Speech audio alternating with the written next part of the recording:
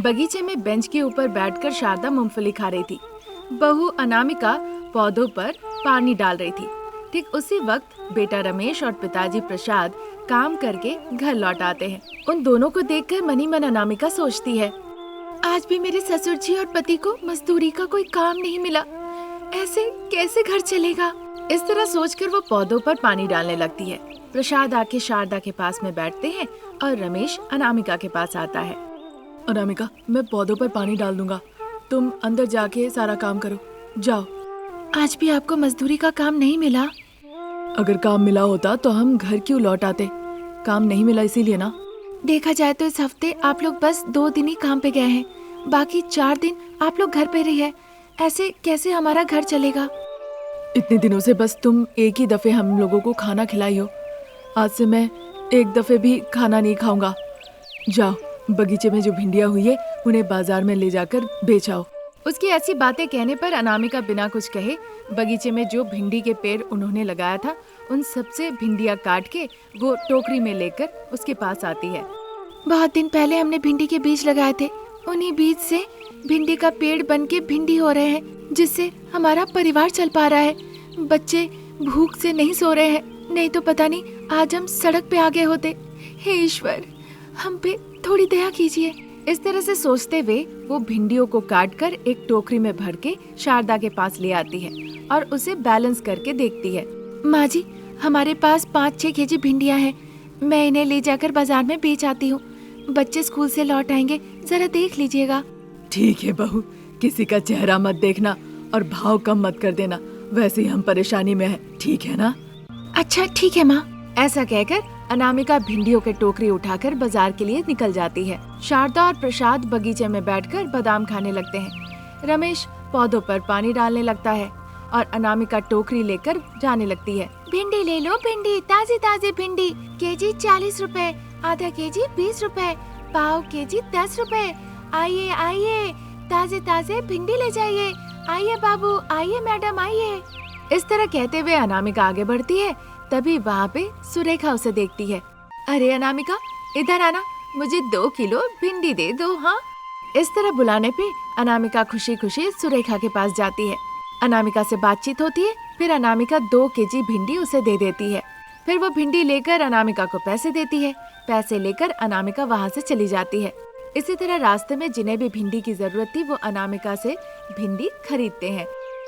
बाप रे, जैसे मैं इस गांव में आई 1 घंटे के अंदर सारे भिंडी बिक गए, बहुत खुश हूँ, बहुत अच्छे पैसे कमाए। इस तरह सोची रही थी, तभी बीच रास्ते में अनामिका अपनी सहेली सुमति से मिलती है। अनामिका, इस रास्ते से मत जाओ। क्यों, इस तरफ रास्ता बन रहा है क्या? बीच रास्ते में एक महर्षि के साथ दुर्घटना हो गई है। इस तरह जख्मी वो वहाँ क्यों पड़े हैं? एक महर्षि हमारे गांव में आए थे, सरपंच जी के बारे में पूछ रहे थे। गांव वालों को उस महर्षि पे शक हो गया तो सभी लोग जाके उन्हें घेर लिए। हाँ, उसके बाद? और क्या होगा, सब गांव वालों को लगा कि ये झूठे हैं, इसलिए गांव वालों को जो भी मिला वो लोग सभी मिलके उसी से महर्षि को पीटा। बेचारे वही जख्मी हालत में वो महर्षि उसी जगह पर पड़े हुए हैं। जब ये सब कुछ हो रहा था मैं घर पे थी क्या? उससे क्या फर्क पड़ता है, तुम अपने घर पे भिंडी देख रही होगी या उन्हें बेचने गई होगी। अच्छा चलो, अभी मैं जाती हूँ, उसी तरफ जा रही हूँ, जरा ध्यान से जाना। ऐसा कहकर सुमति वहाँ से चली जाती है। वहीं पे खड़े खड़े अनामिका, अगर मैं दूसरे रास्ते से जाऊँ तो पूरे गाँव को घूम कर जाना होगा, वो मैं नहीं कर सकती हूँ। इसी रास्ते से जाऊंगी और महर्षि से सावधान होकर जाऊंगी। जब इस तरह सोचते हुए वो उसी रास्ते से आगे बढ़ने लगी, रास्ते में जाते जाते उसने जख्मी महर्षि को देखा। वो होश में थे। प्यासा हूँ मैं, पानी, बेटा थोड़ा पानी दे दो, तुम्हें पुण्य मिलेगा, थोड़ा पानी दे दो, मैंने कोई गलती नहीं की, मुझ पे भरोसा करो। वो इस तरह से दुखी होकर विनती करने लगे। अनामिका को देखकर बहुत बुरा लगा। वो महर्षि के पास गई, उन्हें उठाया और फिर उन्हें अपने साथ अपने घर ले आई। अपने घर के बाहर बगीचे में उसने खटिया पे उन्हें बैठाया। महर्षि, आप यहाँ बैठिए, मैं आपके पीने के लिए पानी ले आती हूँ। ऐसा कहकर वो घर के अंदर जाती है और फिर पानी ले आकर वो महर्षि को पीने के लिए देती है। महर्षि पानी पी के थोड़ा आराम महसूस करते हैं। महर्षि को देखकर तभी शारदा, प्रसाद और रमेश उनके पास आते हैं। अनामिका पूरी बात बताती है। ये वेशभूषा देखकर मुझे भी वैसे ही लगा था बहू। कुछ भी हो माँ जी, पर उन्हें इस तरह मानना नहीं चाहिए था। डराते, चले जाने को कहते। जब उन दोनों की बातचीत चल रही थी, इस बीच महर्षि कहने लगते हैं, देखो बेटा, मेरी प्यास बुझाने के लिए तुमने पानी भी दिया है, अब मेरी भूख मिटाने के लिए थोड़ा खाना भी दे दो। उनके इस तरह कहने पे अनामिका घर के अंदर जाकर उन्हें केला लाके खाने के लिए दे देती है। वो खाते हैं। फिर सभी को लगता है रुकना ठीक नहीं होगा, इसीलिए अपने अपने कमरे में चले जाते हैं। इसी तरह दिन गुजरता है। जख्मी महर्षि अब धीरे धीरे ठीक होने लगते हैं। महर्षि ये गौर करते हैं कि अनामिका भिंडी काट कर उसे बेचती है। फिर एक दिन महर्षि अनामिका के घर से विदा लेने के लिए इच्छा जाहिर करते हैं। बेटा अनामिका, अब तक तुमने मेरी देखभाल की है बिल्कुल अपने पिता की तरह। आर्थिक परिस्थिति ठीक न होने के बावजूद तुमने मुझे पेट भर के खिलाया, इसलिए कृतज्ञता के तौर पर। ऐसा कहकर वो अपनी आंखें बंद कर लेते हैं और कुछ मंत्र पढ़ने लगते हैं। तभी भिंडी के पेड़ से एक सोने की भिंडी निकल आती है। घर के लोग ये देखकर बहुत आश्चर्य हो जाते हैं। देखो बेटा, इस भिंडी के पेड़ से तुम्हें सुनहरी भिंडी मिलेगी। कभी लालच मत करना, इन्हें बेचकर खुशी खुशी जीवन बिताना। अब मैं विदा लेता हूँ। उनकी बातें सुनकर सभी को समझ में आता है कि ये सच में महर्षि है। सभी लोग हाथ जोड़ के प्रणाम करते हैं। महर्षि भी उन सभी को आशीर्वाद देते हैं और वहाँ से चले जाते हैं। तब से अनामिका उन 2-3 सोने के भिंडियों को तोड़ के वो दुकान में ले जाकर बेचती है और बेचकर जो पैसे आते हैं उससे पूरे परिवार के साथ खुशी खुशी जीवन बिताने लगती है। 2 बड़े बड़े कटहल लेकर सासू माँ शारदा घर आती है और आकर दुखी होके बागान में एक बेंच पे बैठ जाती है। वो परेशान थी, वो रो रही थी। तभी अनामिका, जो कि बाजार गई थी सब्जियां लाने, वो सासू माँ को रोते हुए देखती है। परेशान हो जाती है। सब्जी का थैला छोड़ के जल्दी से वो घर आती है और जोर से, पिताजी, पिताजी, आप कहाँ पे हैं? देखिए, माँ जी बाहर बैठ के रो रही है। आप कहाँ हैं? क्या कर रहे हैं? सब छोड़ के पहले यहाँ आइए। उसके इस तरह से कहने पे ससुर जी प्रसाद कमरे से बाहर निकल आए। बिना धोती पहने ही कच्चे में भागते हुए आके खड़े हो गए। तुम्हारी सास को क्या हुआ बहू?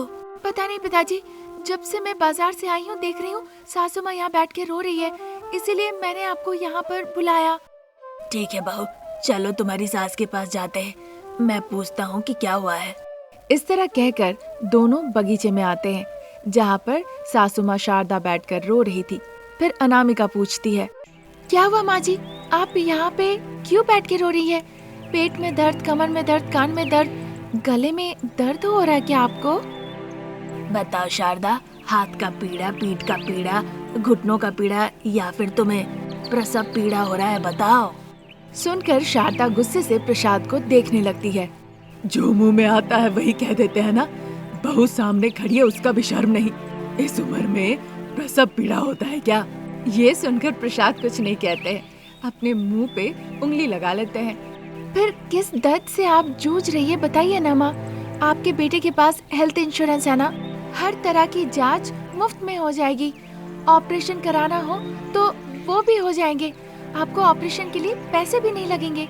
अनामिका के इस तरह से पूछने पे शारदा ठेले के ऊपर रखे हुए 2 बड़े बड़े कटहल दिखाती है अपने हाथों से। फिर ससुर जी और बहू पूरी कहानी समझ जाती है। मुझे माफ कर देना बहू, अब तक कटहल ठीक से बिके नहीं थे।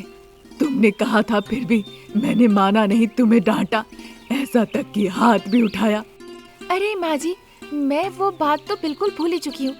मैंने तभी कहा था कि इस कटहल को मत बेचिए, पर आपने सुना नहीं। अब देख लिया ना क्या हुआ। अब बताइए मुझे क्या करना है? वही तो समझ नहीं पा रही हूँ बहू। मेरे पास एक तरकीब है शारदा, बताओ क्या? पहले आप जाके धोती पहन के आइए, उसके बाद जो तरकीब है फिर बताइए। उसके कहने पे प्रसाद खुद को देखते हैं। वो देखते हैं कि वो तो कच्चे में है, धोती पहने ही नहीं। ये देखकर वो भागते हुए घर के अंदर चले जाते हैं। उन्हें देखकर सास बहू जोर जोर से हंसने लगती है। अगले दिन रमेश लंच बॉक्स लेके अपने ऑफिस की तरफ जाने लगता है। प्रसाद बगीचे के फूलों के पौधों में पानी दे रहे थे और सास बहू शारदा और अनामिका उन कटहल को ठेले में रख के उन्हें धकेलते हुए बाहर बेचने चली जाती है। मैडम, कटहल है, मैडम कटहल ले लीजिए। आइए आइए, ताज़ा ताज़ा कटहल है, लेकर जाइए। आइए मालकिन, आइए। इस तरह से सास बहू आवाज लगाते हुए गली गली मोहल्ला घूमती है कटहल बेचने के लिए, पर कोई भी आके उन कटहल को खरीदते नहीं।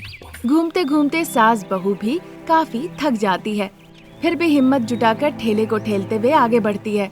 अगर कोई पूछे कि क्या है तो वो सभी को बताती कि कटहल है। तभी चंद्रशेखर नाम के एक व्यक्ति पे उन दोनों की नजर पड़ती है, जो कि अपने बाइक से अचार बेच रहा होता है। अचार ले लो, अचार, तरह तरह के अचार, आम, नींबू, कटहल, मिर्ची, टमाटर, पालक के अचार। आओ बाबू आओ, ले लो अचार। इस तरह बेचते हुए वो आगे जा रहा था।